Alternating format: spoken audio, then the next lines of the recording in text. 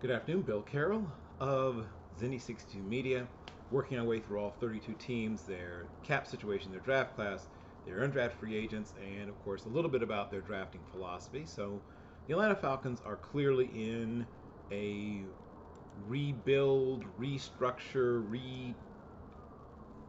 everything, I guess you could say, and they're somewhere between where they were and where they're going to be. A lot of pieces that were on this team just a couple of years ago are already gone, and this trend is, I wouldn't say likely to continue, it is definitely going to continue. Terry Fontenot, who is one of the young, bright, and black general managers, and this is something that's still a newsworthy thing, but hopefully it someday won't be. He's the general manager, the first black general manager in the history of the Falcons organization.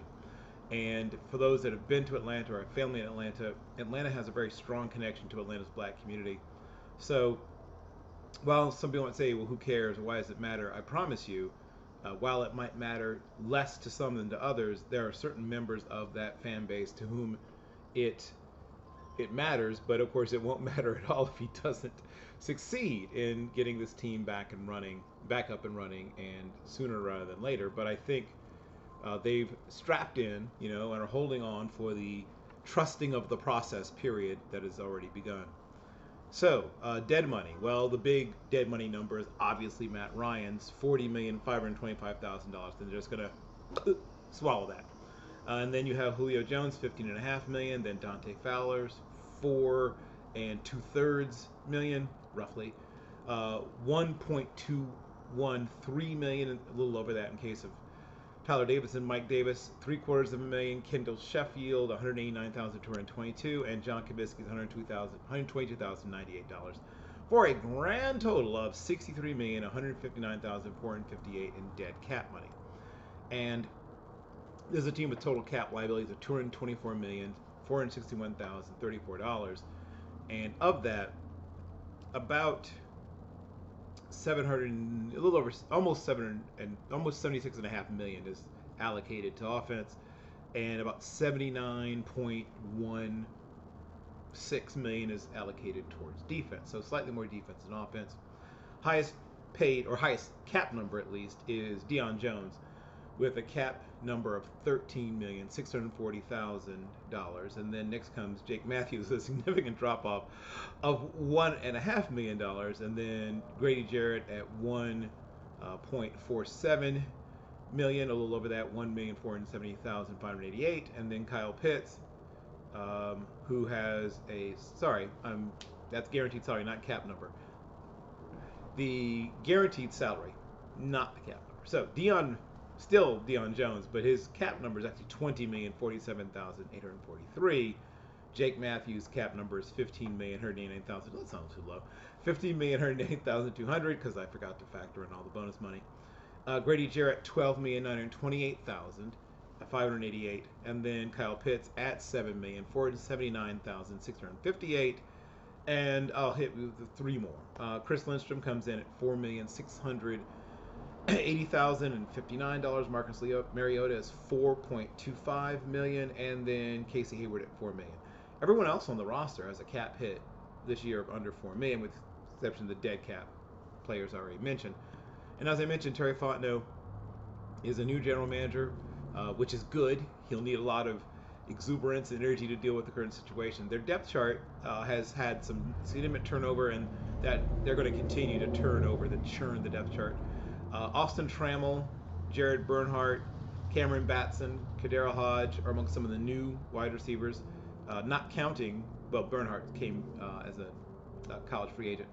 Also, Tyson James, a college free agent. And the one I think has the best chance amongst the college free agent wide receivers to stick is Stanley Berryhill from Arizona, a guy that I had a borderline draftable grade on. Had a really good postseason pre-draft process. Came in at 5'9" and 3/4, 182 pounds, so classic slot receiver size. 4.46 in the 40, 14 bench reps, which is good for a 182-pound human being. 37-inch vert, which tells you explosiveness. 10.2 broad, 4.41 short shuttle, and a 7.25 3-cone. Obviously, he'll need to show he can help in special teams, but I think he has a legitimate shot to make the team. But probably on the other side of the ball, the undrafted free agent with probably the best chance to make it is Derek Tangelo, the Duke slash Penn State, finished up at Penn State player who might someday be asked to supplant Grady Jarrett. He's 6'1" and 7/8, 296 pounds, 494 in the 40, 21 reps on the bench, 31-inch vertical, which is impressive for a man that size, 9'5" broad, 4'87" short shuttle, and he got $55,000 guaranteed, $5,000 signing bonus. Now, that doesn't mean he's automatically making the team. Far from it. But 6.5 sacks and 18 tackles for loss in 5 seasons split between Duke and Penn State. And like I said, I think he has a good shot of making the team. And if he doesn't make the team, and I think he will, I think he's a definite, he will almost certainly make the undrafted free agent. Make the practice squad. I think Coney Dang from Cal is frankly a steal. I think he and Matt and Brad Hawkins, no relation, the corner from Iowa, the safety from Michigan. Hankins. There it is. Hawkins. Hankins is the corner. Hawkins is the safety. Say that 4 times fast. Hawkins is a classic sort of box safety. He might even play some, sort of semi-linebacker-ish roles. I think he has a good chance to make it. Whether he moves the linebacker fully or is a sort of hybrid remains to be seen. I think Matt Hankins has a chance to stick because right now their secondary is trotting out, Terrell, who is obviously one of the cornerstone pieces, and then they also have Casey Hayward, who, came via Las Vegas, and then after that it's a bit of a drop off, to be perfectly honest. Mike Ford. I like Darren Hall. I liked him coming out. Tease Tabor has been a disappointment, it's fair to say. And once again, we sort of called this. This guy struggled just to stay with people because he's such a limited athlete. Cornell Armstrong is the other player that's at least currently listed ahead of Hankins on the right cornerback depth chart. I think he overcomes both Armstrong and Ford and is only behind Hayward sooner rather than later. At nickel, they've got Isaiah Oliver, Richie Grant, Corey Ballantyne, D. Alford. I really like Ballantyne and Grant, and obviously Oliver is the starter. I don't know if D. Alford will make it. Once again, if so, might end up on the practice squad. We'll see. Strong safety of Eric Harris, another former Las Vegas player. Then Jalen Hawkins and Brad Hawkins. I think Brad Hawkins has a chance not just to stick there, but to see some time, especially once again if they go to 3 safety sets. Dean Marlowe, who I liked come out of James Madison, is at free safety. Richie Grant also backs up that position as well as nickel. And then Trey Webb is another college free agent who has, I'd say, an outside shot to make it, but certainly could make it. They still bring back Cordell Patterson, who is that little bit of a do-everything player. Damian Williams came over from Chicago. They have Tyler Algier, who is a draftee, will definitely make the team and could even see some playing time. Desmond Ritter came in. He's going to back up Mariota. Similar kind of player. Felipe Franks is now most likely the 3rd string quarterback. John Fitzpatrick and Tucker Fisk came in as backup tight end types. I think one of the two makes it. Also, they have John Rain and Braden Linnaeus, who I don't think make the team. And then Ferkser and Pitts obviously have it sort of sewed up. And then it's between Hesse Parker, the aforementioned Patrick, who will have to show he can contribute on special teams, Fitzpatrick, and then Tucker Fisk. The offensive line still have Jake Matthews. They have Jalen Mayfield, who has had his ups and downs, but is a young player with talent. Matt Hennessy. Lindstrom, of course, is a hit in terms of when they drafted him. Caleb McGarry, once again, some ups and downs. They also have Ifedi backing him up, and I could see Ifedi being a swing for them.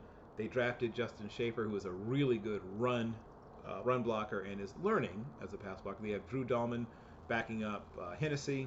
Leroy Watson is a college free agent that has a chance. Tyler Rabel, obviously the son of Mike Rabel, a limited athlete, a guy who's going to struggle with guys who can convert speed to power and guys who are just quick. He's just, like I said, limited athletically, but he has a chance. And then I'm going to give you one of my sort of favorites, sort of a shout out once again to my friend Accidental Zen, aka Will Masiak, and he's a big fan of Timmy Horne, and so I started watching Timothy Horne more carefully. And here's what I will say: I think he's one of the most underrated three tech, and he could play nose. I mean, he could play any of the interior tackle positions uh, in this draft class. One of the most underrated of that group, and he was one of the best players on a frankly not great, well, not bad, but not great, but not bad defensive line. Started his career at UNC Charlotte. I guess they dropped the UNC part. Charlotte, whatever they call themselves now. But he's 6'4" and a quarter, 323 pounds. The 5'2", 40 is, yeah, it's what it is. But his other numbers are all very impressive. 28 bench reps, 35-inch vert on a 323-pound human being, 9'4" broad, 4'8" short shuttle, 7'4" 3 cone. Tough, smart, productive. Uh, Always a handful of trouble when people tried to block him. And I think that he has a chance to be, well, like I said, not just to play, but to see the field early and to frankly play quite a bit.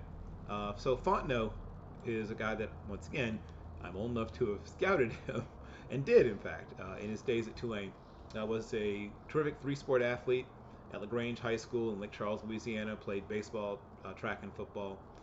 Became a captain in his time at Tulane. Got a bachelor's degree in organizational information technology, and was a, good, solid college safety. Not a pro prospect really, but a guy who I think could have played at a lower, one of the developmental league levels. Then goes into scouting.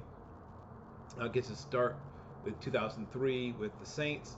Spends 10 years with them. Then gets promoted to director of pro scouting in 2013. 2020, he moves up to the vice president of pro personnel, and then obviously he was hired this past January the 19th by the Falcons. And as we said, he has some wood to chop, some rows to hoe, some work to do. But I think he might very well be the right person for the job. I think this team is going to be better than some people think, and could be a contender again if they hit at a couple of these positions in another couple of years. And the next team is coming up